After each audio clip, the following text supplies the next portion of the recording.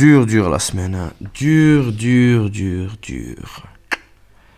Elle peut pas aussi bien se terminer, honnêtement. Elle peut pas aussi bien se terminer. Bon, allez, salutations à tous. C'est Boateng pour un nouveau débrief.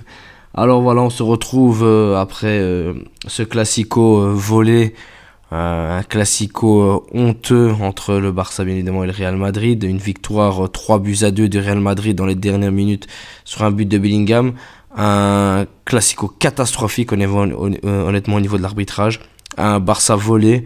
Un Barça qui ne s'est pas vu démérité, qui n'a pas eu l'arbitrage du tout de son côté, qui s'est vu refuser plusieurs phases honnêtement qui devaient lui être octroyées.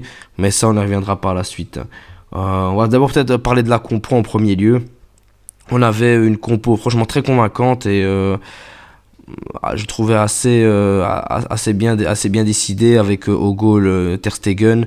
On avait à droite Koundé, dans le centre Araujo avec Cubarsí ainsi qu'à gauche Cancelo. Dans le milieu de terrain, c'était Christensen qui a été opté en 6 avec Frenkie de Jong et Gundogan devant. Avec tout devant, on avait Lewandowski en pointe, Rafinha à gauche et Lamine Yamal à droite. Un classico, voilà, volé. Pourtant, le Barça marque très tôt dans le match sur une passe de Christensen, sur un goal de Christensen de la tête après une erreur de Lunin.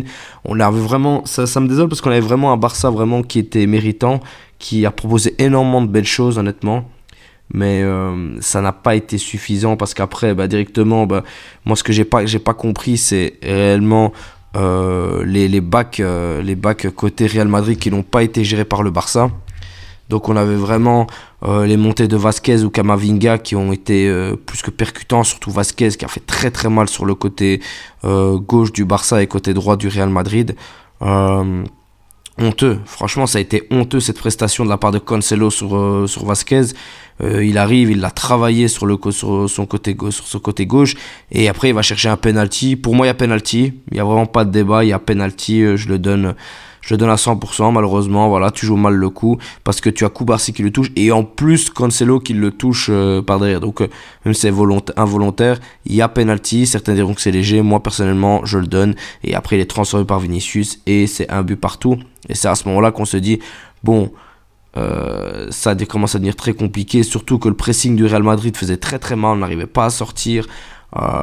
Moi je vais soulever un gros problème sur le Barça, c'est ce foutu milieu de terrain, c'est un truc de malade à quel point notre milieu de terrain ne sert à rien honnêtement. Notre milieu de terrain n'est pas convaincant, on ne maîtrise rien honnêtement, il n'y a aucune présence dans le milieu de terrain. Je suis désolé, mais que ce soit Frenkie de Jong, Gundogan ou Christensen, on ne les voyait pas. Moi, je voyais que du blanc dans le terrain. Ou alors un gros espace au milieu, et alors dès qu'une balle était dégagée, on avait directement, le Real qui la prenait.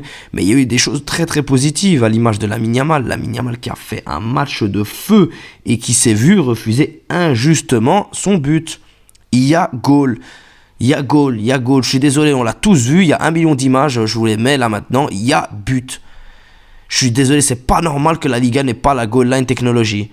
Honnêtement, c'est n'importe quoi, mais n'importe quoi, honnêtement, cet arbitrage. Et c'est pas ça le pire, c'est qu'après, directement, il y a un penalty refusé sur Lamine Yamal. Or, je suis désolé, on peut dire, oui, c'est léger ou quoi. Camavinga le touche avec le haut de sa cuisse. C'est tout, il le touche avec son quadriceps, c'est fini, il y a penalty, tout simplement. Faut arrêter un peu. Après, il y en a qui plaident aussi le carton rouge sur Camavinga en tant que dernier homme. Pour moi, il me semble pas qu'il est dernier homme, mais j'ai pas l'image entière pour pouvoir vérifier cela. Mais voilà, il prend sa jaune, il n'y a pas penalty, puisque pour moi, voilà, la faute est en dehors de la surface, même s'il tombe dans la surface de réparation. Et voilà, c'est ces actions de jeu qui font que tu te fais voler tranquillement, sereinement, paisiblement, comme d'habitude. Or, c'était un super classico. Franchement, c'était un très beau classico. Et après on a malheureusement encore la blessure de Frenkie de Jong sur sa cheville. Malheureusement il va au duel avec Valverde, mais il retire son pied à la place de donner toute la puissance, et comme c'est connu dans le football, celui qui donne le plus de puissance c'est lui qui aura le moins mal. On l'a tous eu que ce soit dans nos micro-carrières ou quand on joue avec des amis, voilà, on tire à deux sur la balle, celui qui donnera le moins de puissance ramassera tous les dégâts, c'est connu. Et il y a sa sortie, directement Pedri monte, Et Xavi, j'ai beaucoup de choses à lui reprocher, mais fait pas un mauvais coaching du tout, parce qu'à la mi-temps, directement, il fait monter Fermin Lopez après Christensen. Christensen, on a bien vu que c'était un peu compliqué dans le milieu de terrain. Moi, il perd la balle, mais il se rattrape directement sur un tac sur Vinicius.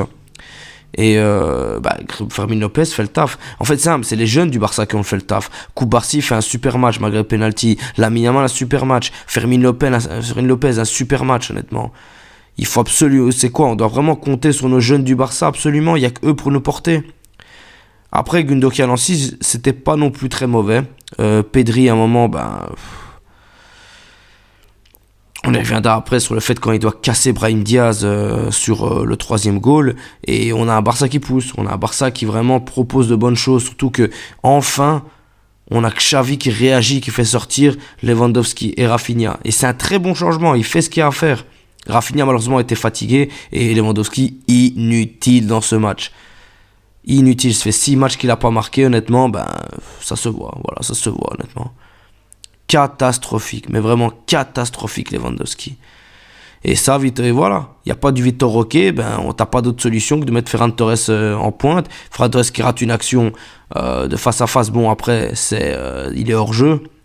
Mais voilà, ça montre un peu que tu n'as pas énormément de solutions pour ta pointe, mis à part Lewandowski. Et on a Barça qui pousse. Et après directement, Lamine Yamal qui s'est fait vraiment, c'était un gros duel avec Camavinga. Et le seul moment où Camavinga le laisse tout seul, transversal opposé, contrôle, frappe, bien joué par Ferran Torres qui laisse la frappe, et puis Fermin Lopez qui va marquer directement. Et Fermin Lopez, voilà, qui a fait une super montée, qui marque et qui va célébrer devant les supporters du Real Madrid. Bien joué mon petit, c'est ce qu'on veut de toi. C'est vraiment ça qu'on a besoin. Un gars qui se transpire, qui sue le Barça, honnêtement. Et c'est plus que positif pour l'année prochaine pour les jeunes. Enfin, après, voilà, tu les habitues pas à de grandes choses, malheureusement. Et par la suite, après, voilà, directement, 2 minutes, 3 minutes après, on a égalisation. Encore faute de Cancelo sur Vasquez qui le laisse tout seul. Et égalisation directe, pas de chichi. Voilà, Real Madrid qui égalise. Simplement, facilement, sur une passe de Vinicius. Parce que encore dans les ailes, il y a eu... il y a eu surtout une majorité de joueurs du Real Madrid. Il y a eu un apport offensif des backs qu'on n'a pas eu énormément côté Barça, et c'est là qu'il est temps d'avoir un bon back droit. Il est temps honnêtement que même Baldé revienne l'année prochaine. Enfin, si on peut compter sur lui après sa grosse blessure, c'est très compliqué. Et voilà, on a ces problèmes, et ça se paye cash après, et on pousse, on a beau pousser, mais directement, Brahim Diaz qui fait une montée de feu, qui arrive, qui passe quasiment tout le milieu de terrain, et Pedri va dueler avec lui, il me laisse passer, mais ne le casse pas, il doit stopper l'action. Directement, et voilà, ça c'est donné directement dans l'aile, qui après fait la passe dans l'axe. Joselu laisse passer la balle, et Bellingham tout seul marque.